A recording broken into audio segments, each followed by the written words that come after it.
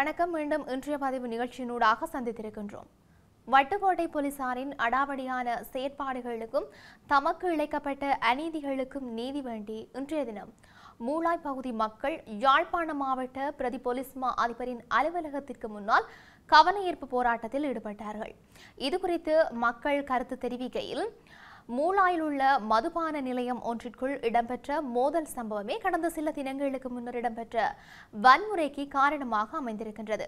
மதுபான நிலையத்தில் வைத்து எமது பகுதியைச் சேர்ந்தவர் மீது தாக்குதல் நடாத்தப்பட்ட போது எமது பகுதியைச் சேர்ந்த இன்னொருவர் எழுந்து ஏன் அவரை தாக்குகின்றீர்கள் என கேட்டபோது அவரையும் தாக்கி படுகாயம் ஏற்படுத்தினர். இதனால் தாக்குதலுக்கு உள்ளானவரின் மகன்கள் இருவர் மதுபான நிலையத்திற்கு கல்வீச்சு தாக்குதல் மேற்கொண்டார்கள்.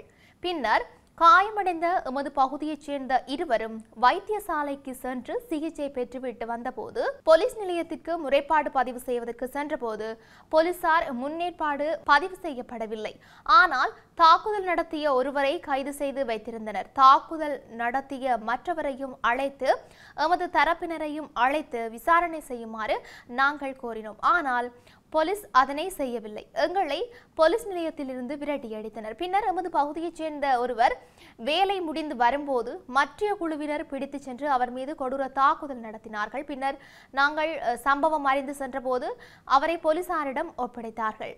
போலீசார் அவரை போலீஸ் நிலையம் கொண்டு சென்ற வேளை ஏற்கனவே தாக்குதலுக்கு உள்ளானதால் அவர் போலீஸ் நிலையத்தில் மயங்கியும் விழுந்திருந்தார். அவரை வைத்தியசாலைக்கு அனுப்புமாறு கோரிய வேளை போலீசார் தகாத வார்த்தையால் எம்மை திட்டி எம்மையும் இப்படித்தான் தாங்கள் தாக்கிவிட்டு உள்ளே தூக்கி போடுவோம் என்று கூறியிருந்தார்கள். பின்னர் நாங்கள் தான் நோயாளர் காவு வண்டியை அழைத்து அவரை வைத்தியசாலைக்கு கொண்டு சென்றோம்.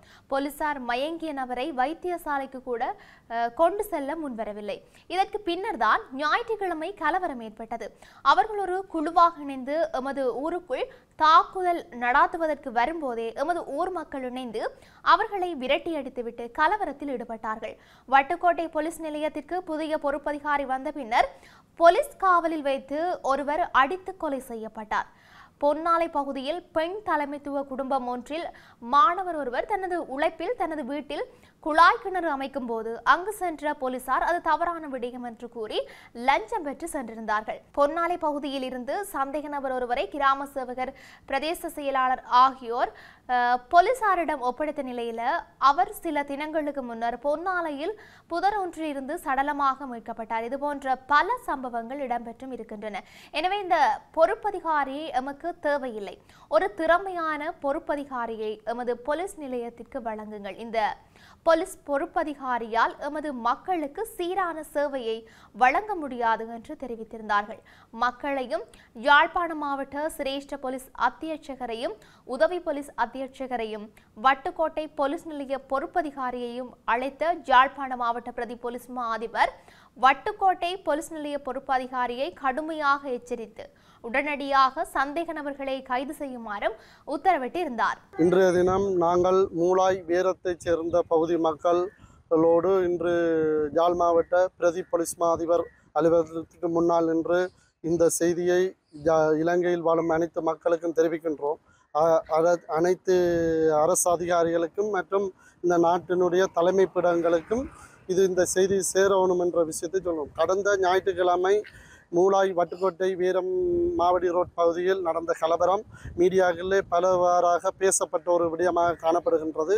இங்கே ஒரு தலை சார்பு மக்கள், அதாவது ஒரு தனிநபருடைய பிரச்சனையை ஒரு சாதி கலவரமாக மாற்றி வட்டுக்கோட்டையைச் சேர்ந்த மக்கள், வட்டுக்கோட்டை ஒரு குறிப்பிட்ட இடத்தை தொகுதியைச் சேர்ந்த மக்கள் மூளாய் வீரம் பகுதியிலே வந்து தங்களுடைய அடாவடித்தனத்தை, அதாவது இன்னுமே இது அன்றாட வாழ்க்கையில் சீவியத்தை நடத்தி இருக்கின்ற உழைத்து வாழும் மக்களை அவர்களுடைய சாதி குலங்களை பேசி அவர்களை ஒரு அடக்குமுறை, கடந்த காலங்களிலையும் அவர்கள் அடக்குமுறைக்கு சார்பாக அடக்கி ஆளணும் என்று தங்களுடைய சட்டத்தை அவர்கள் எதர்ச்சி அதிகாரமாக கையில் எடுத்து ஒரு வன்முறையை தூண்டிவிட்டிருந்தார்கள். அந்த வன்முறைக்கு எதிராக ஒரு தரப்பு போலீசாரும் இதுவரையில் ஒரு சிலரை ஒரு ஆள், அதாவது பாதிக்கப்பட்டதில் நிறைய பேரை கைது செய்திருந்தார்கள். ஆனால் அடாவடித்தனம் செய்தவரை ஒருவரை மட்டும் கண்துடைப்புக்கு அரெஸ்ட் பண்ணி கைது செய்து போட்டு மிச்சவர்களை கைது செய்யாமல் மெத்தன போக்கை கடைபிடித்தார்கள். இதை பொறுக்க முடியாத அங்கத்தை ஊர் மக்களோடு நானும் சேர்ந்து முருகவேல் சதாசிவம் ஆகிய சமூக சேவர் ஆகிய நானும் சேர்ந்து அவர்களை அழைத்து கொண்டு இன்று யாழ் மாவட்ட குற்றத்தடுப்பு போலீஸ் நிலைய தலைமை அதிபரை சந்தித்து எங்களுடைய மக்களுடைய அவலைகளையும் எங்களுடைய உரிமை கிராம பாதிக்கப்பட்ட நீதி கோரி ஒரு முறைப்பாடை செய்ய வந்திருந்தோம். அந்த முறைப்பாடு அழகாக தலைமை போலீஸ் மா அதிபரினாலே விசாரிக்கப்பட்டு உடனடியாக வட்டுக்கோட்டை போலீஸ் அதிகாரியை அழைத்து எங்கள் முன்னிலையிலே நேர்மையான இரண்டு பக்கமும் நீதியான விசாரணை நடத்த வேண்டும், பக்கச்சார்பின்றி நடத்த வேண்டும் என்று வட்டுக்கோட்டை போலீஸ் அதிகாரிக்கும் உத்தரவிட்டிருந்ததோடு எங்களுடைய முறைப்பாடை எல்லார் சார்பாகவும் தலைமை பீடத்திலே ஒருவரை முறைப்பாடை வழங்கி சம்பந்தப்பட்ட அதிகாரங்களை நடைமுறைப்படுத்துவதாகவும் வட்டுக்கோட்டை போலீசார் தவறு இழைத்திருந்தால் அவர்கள் மீதும் கடுமையான நடவடிக்கை எடுப்பதாகவும் அதே நேரம் எங்களோட கிராமத்தில் இருந்தும் தவறு இழைத்திருந்தால் அவர்களையும் சட்டத்தின் முன் நிறுத்துவதாகவும் வாக்குறுதி அளித்து இன்றைய தினம் எங்களுடைய முறைப்பாடை பதிவு செய்வதாக உறுதி செய்து இவையொருபுறம் இருக்க அண்மையில் பெரும் சர்ச்சையை ஏற்படுத்தியிருந்த ஹகவத்தை இளைஞர் ஒருவரின் மரணம் தொடர்பில் சம்பவத்துடன் தொடர்புடைய பிரதான சந்தேக நபர் கைது செய்யப்பட்டிருக்கின்றார். குறித்த கைது நடவடிக்கையானது நேற்றைய தினம் மேற்கொள்ளப்பட்டிருக்கின்றது. ரத்தினபுரி ஹகவத்தை பிரதேசத்தில் மேற்கொள்ளப்படும் போதைப்பொருள் வர்த்தகம் தொடர்பில் போலீசாருக்கு தகவல் வழங்கிய இளைஞர் ஒருவர் அண்மையில் பாதாள உலக கும்பலை சேர்ந்தவர்களால் கையில் விலங்கு மாட்டி கடத்தி செல்லப்பட்டு துப்பாக்கியால் சுடப்பட்டு படுகொலை செய்யப்பட்டிருந்தார். சம்பவம் தொடர்பில் தற்போதைக்கு 4 சந்தேக நபர்கள் கைது செய்யப்பட்டு அவர்களிடம் விசாரணைகள் மேற்கொள்ளப்பட்டு வந்த நிலையில் சம்பவத்துடன் தொடர்புடைய பிரதான சந்தேக நபர் நேற்று போலீசாரால் கைது செய்யப்பட்டிருந்தார். பேலியகொடை குற்றத்தடுப்பு பிரிவினரால் வழங்கப்பட்ட தகவலுக்கு அமைய கிரிவத்கொட பிரதேசத்தில் மேற்கொள்ளப்பட்ட சுற்றிவளைப்பின் போது விசேட அதிரடிப்படையினர் சந்தேக நபரை கைது செய்தும் இருந்தார்கள். ஹோமாகம ஹந்தையா எனப்படும் முன்னணி போதைப்பொருள் வர்த்தகரினால் வழங்கப்பட்ட 12 லட்சம் ரூபாய் ஒப்பந்தத்துக்கு அமைவாகவே தான் குறித்த இளைஞரை கடத்தி சென்று சித்திரவதை செய்து சுட்டுக் கொன்றதாகவும் எனினும் ஒப்பந்த பிரகாரம் முழு பண தொகையும் தனக்கு தராமல் ஏமாற்றி விடப்பட்டதாகவும் கைது செய்யப்பட்டுள்ள சந்தேக நபர் போலீசாரிடம் தெரிவித்தும் இருந்தார். சந்தேக நபரிடமிருந்து மேலதிக தகவல்களை பெற்றுக்கொள்வதற்கான விசாரணைகளை போலியகொடை குற்றத்தடுப்பு போலீசார் முன்னெடுத்தும் இருக்கின்றார்கள். அது மட்டுமல்லாது சேதுவை அருகே இடம்பெற்ற துப்பாக்கிச் சூட்டு சம்பவம் தொடர்பில் 2 சந்தேக நபர்கள் கைது செய்யப்பட்டிருக்கின்றார்கள்.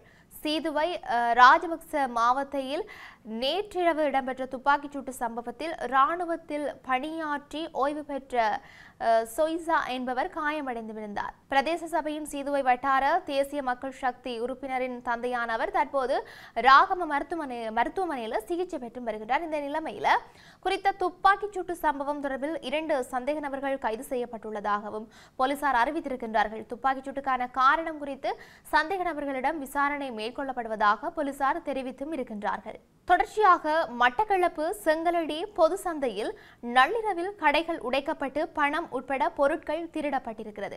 நேற்றிரவு 11:40 மணியளவில் செங்கலடி பொது சந்தைக்குள் நுழைந்த திருடர்கள் 3 கடைகளை உடைத்து அங்கிருந்த பணம் மற்றும் பொருட்களை திருடி சென்றிருக்கின்றார்கள். திருட்டில் ஈடுபடும் திருடன் ஒருவனின் காணொளி வியாபார நிலையங்களில் உள்ள சிசிடிவி கேமராக்களில் பதிவாகி இருக்கின்றது. இரவு சுமார் 11:40 மணியளவில் இரும்பு ஆயுதம் ஒன்றால் அடித்து 3 கடைகள் உடைக்கப்படும் போது பிரதேச சபையினால் நியமிக்கப்பட்ட 2 காவலாளிகளும் என்ன செய்து கொண்டிருந்தார்கள் என்ற கேள்வி எழுந்திருந்தது. குறித்த சந்தை பகுதி மிகவும் இருள் சூழ்ந்த நிலையில் காணப்படுவதனால் அங்கு இரவு நேரங்களில் மர்ம நபர்களின் நடமாட்டம் அதிகரித்திருந்த நிலையில் இவ்வாறான திருட்டு சம்பவம் ஒன்று நடைபெற்றுள்ளதால் செங்கலடி சந்தை பகுதியில் உள்ள வியாபார நிலையங்களின் பாதுகாப்புக்கு உத்தரவாதம் இல்லாத நிலைமை ஏற்பட்டுள்ளதாக வர்த்தகர்கள் குற்றம் சாடியிருக்கின்றார்கள். ஆகவே என்ன நடக்கப் போகின்றது என்று நாங்களும் பொறுத்திருந்து பார்க்கலாம். மீண்டும் மற்றொரு காணொளியினூடாக சந்திக்கலாம். வணக்கம்.